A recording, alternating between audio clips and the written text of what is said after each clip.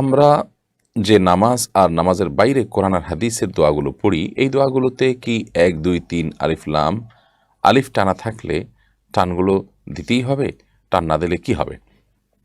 নামাজের মধ্যে কিংবা নামাজের বাইরে যে দোয়া পড়েন বা অনেক আয়াত পড়েন, সেগুলোতে ৩ আলিফ বা ৪ আলিফের যে টানগুলো আছে সেগুলোকে ৩ আলিফ ৪ আলিফ টান দেওয়াটা সবসময় আবশ্যক নয়।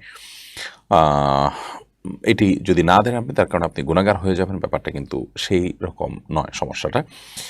আবার আপনাকে মনে রাখতে হবে যে হাদিস যখন পাঠ করেন তখন সেক্ষেত্রে আপনার জন্য হাদিসের ইবারত মূল পাঠ করার সময় এই মদ গুণা এটা লক্ষ্য করা জরুরি নয়। মদ গুণা লক্ষ্য করা আবশ্যক হলো তখন যখন আপনি এটাকে আপনার কোরআন কারীমের আয়াত হিসাবে তেলাওয়াত করছেন, তখন অন্য হাদিসের মূল পাঠ কিংবা দোয়া যখন পড়েন তখন সেভাবে তাজবিদ লক্ষ্য রাখা বা মদ গুণা লক্ষ্য রাখা এটা আপনার জন্য আবশ্যক নয়। এরপর মাহমুদুল হাসান, তবে এর কারণে যে আয়াত পড়ার ক্ষেত্রেও যে আপনি এটা চেঞ্জ করলেই আপনার অর্থ চেঞ্জ হয়ে যাবে, অর্থাৎ এটাতে ত্রুটি হলে সেক্ষেত্রে অর্থ চেঞ্জ হয়ে যাবে, ব্যাপারটা কিন্তু সেরকম নয়।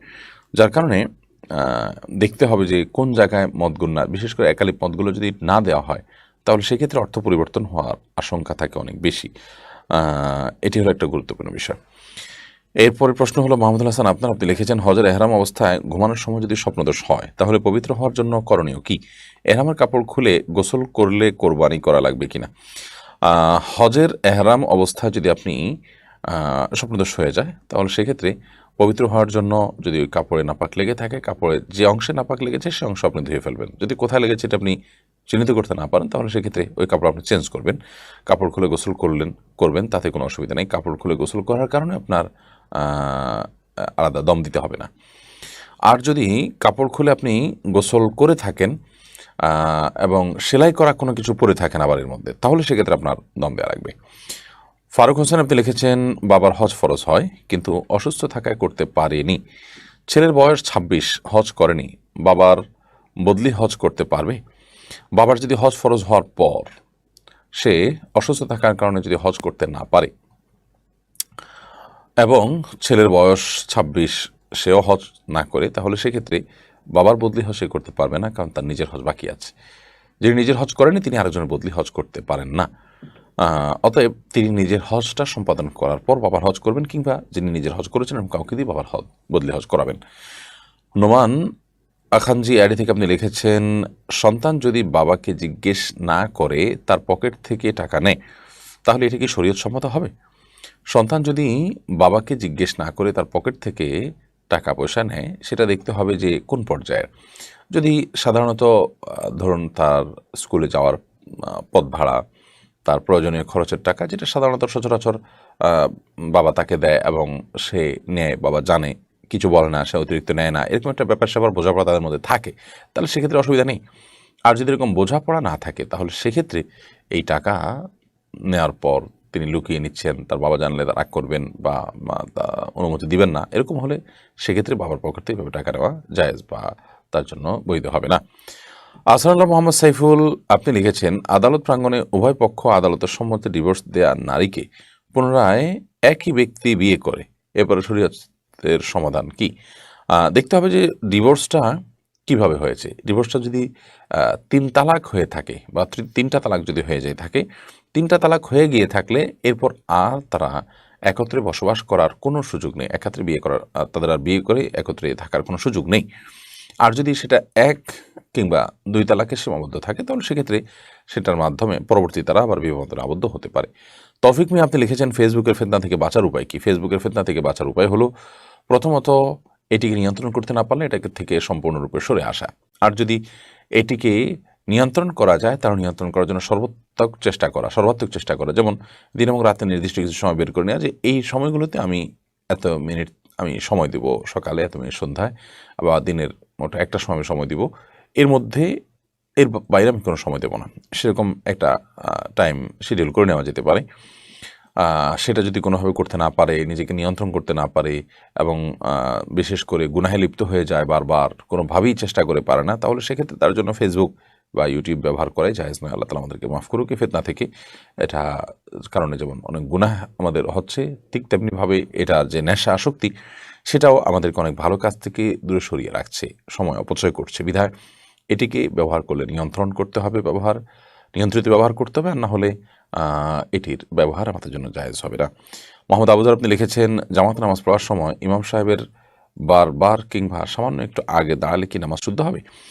জামাতে নামাজ পড়ার সময় ইমাম সাহেবের বরাবর কিংবা তার সাথে থেকে সামান্য আগে দাঁড়ালে, আপনি যদি সামান্য আগে দাঁড়ান তাহলে এটা আপনার জন্য জায়েজ হবে না, কিন্তু আপনি ইমাম সাহেব বরাবর দাঁড়ান, নামাজ হয়ে যাবে। এরপরে মুবাশশির হাশমি আপনি লিখেছেন,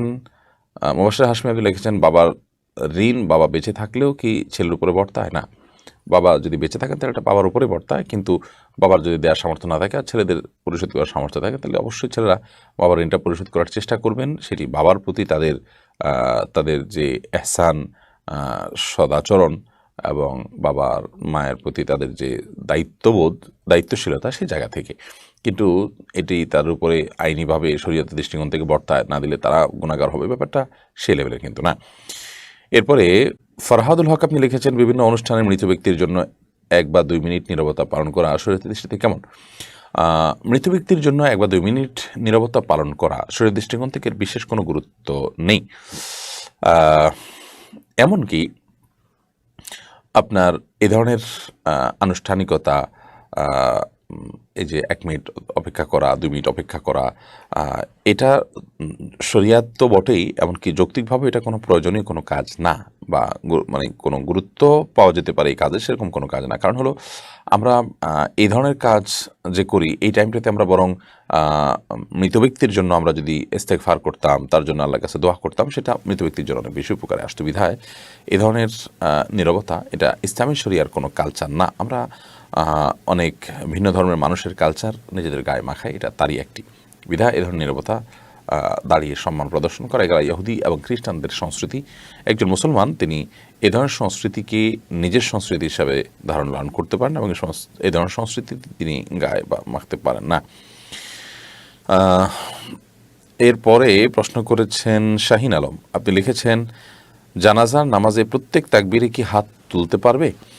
জানাজার নামাজে প্রতি একবার হাত তুলবেন কি তুলবেন না, এটা নিয়ে ওলামায়ে কেরামের মধ্যে 2 রকমের মতই আছে। তুলনামূলকভাবে না তোলার মতটা আমার কাছে শক্তিশালী, আমি সেটার উপর আমল করি, শক্তিশালী মনে হয়, এবং এটাকে অনেক ওলামায়ে কেরাম প্রাধান্য দেন। যদিও প্রত্যেকটা আপনার পরে, দোয়ার পরে, সূরার পরে, সানার পরে, দুরুদের পরে হাত তোলার কথা অনেক ওলামায়ে কেরাম বলে। এমনি শামীম শেখ আপনি লিখেছেন, আমার চাকরির সুবাদে বিভিন্ন জেলায় কাজে যাওয়া লাগে, সেক্ষেত্রে আমি কসর সালাত পড়বো? চাকরির সুবাদে যদি বিভিন্ন জেলা আপনার যেতে হয়, সেখানে আপনি অবশ্যই কসর সালাত পড়বেন, যেহেতু আপনি সেখানে শুধু কোনো ডিউটি পালন করতে যাচ্ছেন। আর যদি এমন হয় যে সেখানে গিয়ে আপনি রীতিমতো আপনাকে সেখানে থাকতে হয় এবং সেজন্য আপনি বাসা ভাড়া নিয়েছেন, সেখানে আপনি থাকেন, তাহলে সেক্ষেত্রে আপনার একটা ঠিকানা সেখানে আছে, সেখানকার আপনি অস্থায়ী বাসিন্দা, তো সেক্ষেত্রে আপনি পুরো নামাজ পড়বেন। আর যদি ব্যাপারটা এরকম না হয় যে আপনি মাঝে মধ্যে যান, কোনো হোটেলে ওঠেন কিংবা যে কাজ ছেড়ে চলে আসেন, তাহলে সেক্ষেত্রে আপনি মুসাফির হিসাবেই গণ্য হবেন এবং আপনি কসর পড়বেন। এমনি হৃদয় এআরডি থেকে আপনি লিখেছেন, আমি কিভাবে ইসলামের সকল বিষয়গুলোকে যথাযথভাবে পালন করব আর ইসলাম সমর্থন করে না এমন বিষয় কিভাবে পরিহার করব? আল্লাহ রাব্বুল আলামিন আপনার প্রতি রহম করুক ভাই হৃদয়। ইসলামের সকল বিষয়গুলোকে যথাযথ পালন করার জন্য কোরআন সুন্নাহকে আপনি ফলো করবেন, কোরআন সুন্নাহ মৌলিক নির্দেশনাগুলোকে আপনি মেনে চলবেন, এবং আল্লাহ রাব্বুল আলামিন যেগুলো নিষেধ করেছেন সে সমস্ত বিষয়গুলো থেকে বাঁচার জন্য আপনাকে কোরআন হাদিসের আশ্রয় নিতে হবে, যে সেগুলোতে কি কি বলা নিষেধাজ্ঞার দেওয়া আছে সেগুলো আপনি মেনে চলতে হবে। যদি বলেন যে এটা আমি জানলাম কিন্তু মানাটা আমার দ্বারা কিভাবে সম্পাদিত হবে বা কিভাবে মানাটা সহজ হবে, তাহলে সেক্ষেত্রে বলবো যে আমরা প্রথমত দিনই পরিবেশটা অনেক বেশি গুরুত্বপূর্ণ। ইমানদারদের পরিবেশ ইমানি সোসাইটি, মুসলমানদের নেক আমল যাদের মধ্যে আছে, মুত্তাকি যারা আছে, তাদের পরিবেশের মধ্যে নিজেকে যদি আপনি কি জানি বলে এটাকে, যদি আপনি নিজেকে যদি সেখানে আবদ্ধ করে ফেলতে পারেন, সেটা হবে সবচেয়ে ভালো এবং আপনার দিনের উপর টিকে থাকাটা অনেক সহজ হবে তার মাধ্যমে। এটি করতে হবে। সেই সাথে আল্লাহ তাআলার কাছে দোয়াও করতে হবে, আল্লাহ যেন সহজ করেন। এবং সবচেয়ে বড় বিষয় হলো যেটি শুরুতে বললাম, যে পরিবেশ। মানুষ পৃথিবীতে যে যতটুকু ভালো থাকে, ভালো পরিবেশের প্রভাবই বেশিরভাগ ক্ষেত্রে ভালো হয়। আবার যারা মন্দের দিকে চলে যায় তারাও খারাপ সংস্রবের কারণে, খারাপ পরিবেশের কারণে মন্দের দিকে বেশিরভাগ ক্ষেত্রেই চলে যায়। বিধায় এই পরিবেশটা অনেক গুরুত্বপূর্ণ। আল্লাহ জন্য বলেছেন, ইয়া আইয়ুহাল্লাযীনা আমানু তাকুল্লাহ ওয়া কুনু মা'আস সাদিকিন, হে ঈমানদারগণ তাকে অবলম্বন করো তোমরা এবং সত্যবাদীদের সাথে, নেককার মানুষগুলোর সাথে থাকো।